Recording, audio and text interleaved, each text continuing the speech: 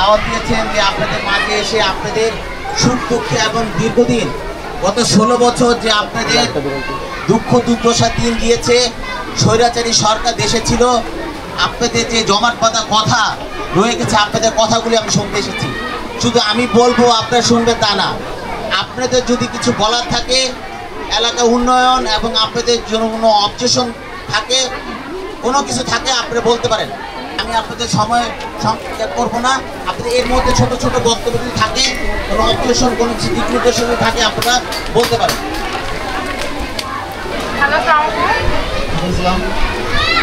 জি, আমাদের হচ্ছে আসলে সবচেয়ে বড় সমস্যা হচ্ছে আমাদের বাচ্চাদের আসলে একটা ওয়াশরুম নাই। এটাই হচ্ছে স্কুলে বড় সমস্যা। এটা তো আর সরকারি প্রতিষ্ঠান না, যেটা স্যার অনেকবার ট্রাই করছে কিন্তু পারতেছে না। তো আসলে বাচ্চাদের অনেক প্রবলেম হয়ে যায়, আমরা গার্ডিয়ানরা অনেক ফেস করি এই বিষয়টা নিয়ে। আশা করি আপনারা এই দিকটা একটু খেয়াল করবেন। আর এই বিসিআইসির এই রাস্তাটা আসলে খুব খারাপ। এখানে যখন আসলে কোনো অসুস্থ মানুষ নিয়ে যাওয়া হয় অনেক কষ্ট হয়। আশা করি আপনারা এই দিকটা একটু খেয়াল করবেন।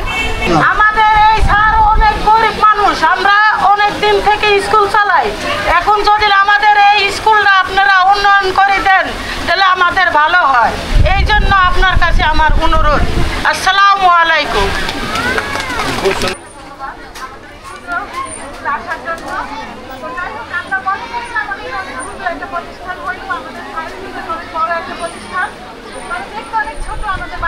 লেখার পক্ষে কোনো কিছু সম্ভব না, যেহেতু আমরা গার্জিয়ানরাও আছি, আমরাও থাকবো। আর টয়লেটটা একটু অনেক দূরে হয়ে যায়, আমাদের গর্ভবতী বাচ্চাদের জন্য অনেক দূর হয়ে যায়। অনেক বাচ্চারা দেখা যায় যাইতে যাইতেই হয়ে যায়, তবে মেয়ের বাচ্চাদের জন্য। তবে আমাদের শিক্ষা প্রতিষ্ঠানটা আমি চাই যে আপনাদের উন্নয়নের জন্য এটা একটা প্রয়োজন। তবে আমরাও চাই আমাদের 8 নং ওয়ার্ডের সাজ্জাদ মিরাজ ভাই আমাদের সহযোগিতা করবে ইনশাল্লাহ। আর আমরাও তার সাথে আমাদের ঐক্যভাবে আমরা সবাই তার সাথে থাকবো এবং আছি ইনশাল্লাহ। আমরা তার জয়যাত্রার উন্নয়নের পক্ষে আছি এবং থাকবো। যতদিন মিরাজ ভাই আছে আমরাও আছি ইনশাল্লাহ। এই বিএনপি আমাদের তারেক রহমান স্যারকে শুভেচ্ছা, তার কাছে আমাদের প্রয়োজন এই বার্তাটা পৌঁছা দিবেন। আমাদের এই ক্ষুদ্র প্রতিষ্ঠানটাকে যেন সে আরেকটু উন্নত করার চেষ্টা করে, সেই সাথে আমরাও আছি আপনাদের সাথে। আপনাদের এই ঐক্যজোটকে আমরাও ইনশাল্লাহ আগায় নেওয়ার চেষ্টা করব। আমাদের এই দলকে ভালোবাসি, সম্মান করি ইনশাল্লাহ। যতদূর বেঁচে আছি চেষ্টা করে যাবো। আসসালামু আলাইকুম। আসসালামু আলাইকুম। আমি স্কুলের একটা অভিভাবক। আমাদের স্কুলে ওয়াশরুম নাই, এটা হলে আমাদের জন্য অনেক ভালো হয়। আর রাস্তাটা ওয়াশরুম করার জন্য আপনার প্রস্তুতি নিয়েছিল, সেটা হইতে দেয় নাই। অনেক বাধা আসছে, অনেক ঝামেলা আসছে আমাদের। এর জন্য আমাদের একটা আপনাদের কাছে অনুরোধ, আপনার কাছে আমাদের জন্য একটা ওয়াশরুমের ব্যবস্থা করেন। প্রতিষ্ঠানে একটা ওয়াশরুম থাকবে না, এটা কখনো সম্ভব না। বাচ্চাদের আসলে একটা ওয়াশরুম খুব প্রয়োজন। এখানে আমাদের সাইফুল ভাই অনেক চেষ্টা করছে একটা ওয়াশরুমের জন্য। এলাকার কিছু কি বলবো, আর ওনাদেরকে বলার কিছু নাই, ওনাদের জন্য ওয়াশরুমটা হয়নি। তো আপনি চেষ্টা করবেন যেন বাচ্চাদের একটা ওয়াশরুম করে দেওয়া যায়। আর হচ্ছে আমাদের রাস্তাটা দেখবেন একটু, রাস্তাটা দিয়ে চলাফেরা খুবই সমস্যা। অসুস্থ মানুষ তো অসুস্থ হয়, সুস্থ মানুষও চলাফেরা করতে পারে না, অসুস্থ হয়ে পড়ে। এত সমস্যা রাস্তাটার। আশা করি আপনারা ক্ষমতায় আসলে এই দিকটা খেয়াল রাখবেন।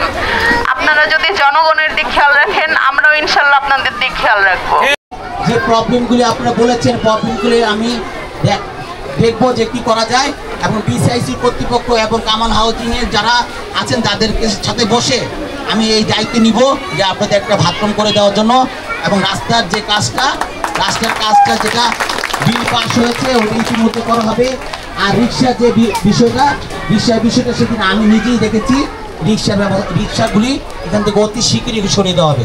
এখানে মিলন ভাই আছে, জহির আছে, তারপর যে রাফি আছে, যারা যারা এলাকার এখানে আছেন, যারা অনেক দোকান স্কুল সব রাস্তার উপর হয়ে গেছে। এখন আমি কামাল হাউজিং এবং বিসিআইসি যে কর্তৃপক্ষ তাদের সাথে বসে রাস্তাটা যতটুকু আছে এতে কি আপনাদের হয়, এটুকু চলে আপনাদের এতটুকুই? আপনাদের সকালবেলা যাওয়া আসা প্রবলেম হয় না? রাস্তার কিন্তু টেন্ডার কিন্তু পাস হয়ে গেছে, যে কোনো সময় রাস্তা কিন্তু হয়ে যাবে।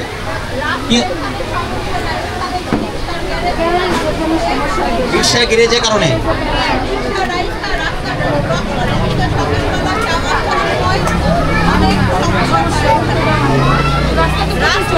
যদি গ্রেজের সমস্যা হয় গ্রেজ উচ্ছেদ করা হবে, গ্রেজ উচ্ছেদ করা হবে যদি গ্রেজের সমস্যা হয়।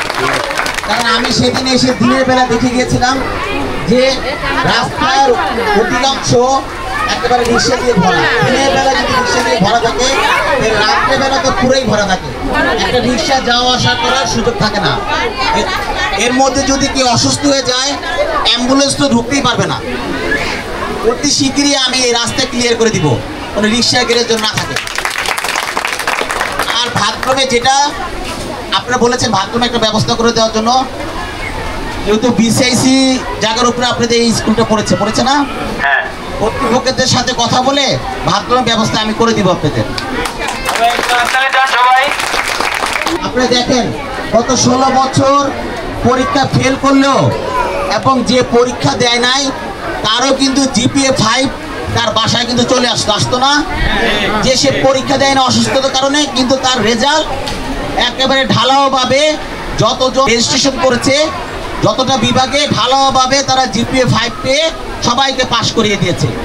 শুধু তাই নয়, উচ্চ মাধ্যমিক সমস্ত জায়গায় কিন্তু এই কাজ করেছে।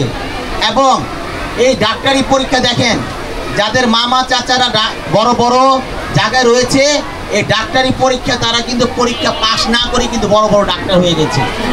আপনারা যখন বিভিন্ন সমস্যার জন্য হাসপাতালে যান, তখন কিন্তু দেখেন তাদের কোনো অভিজ্ঞতা নাই, তারা অপারেশন একটা করতে গিয়ে আরেকটা করে ফেলে, যার কারণে অনেকে কিন্তু মৃত্যুর হার কিন্তু অনেকে বেড়েছে। এই দেশের এই লক্ষ্যহীন শিক্ষা ব্যবস্থা কিন্তু এইগুলি হয়েছে। এই আমাদের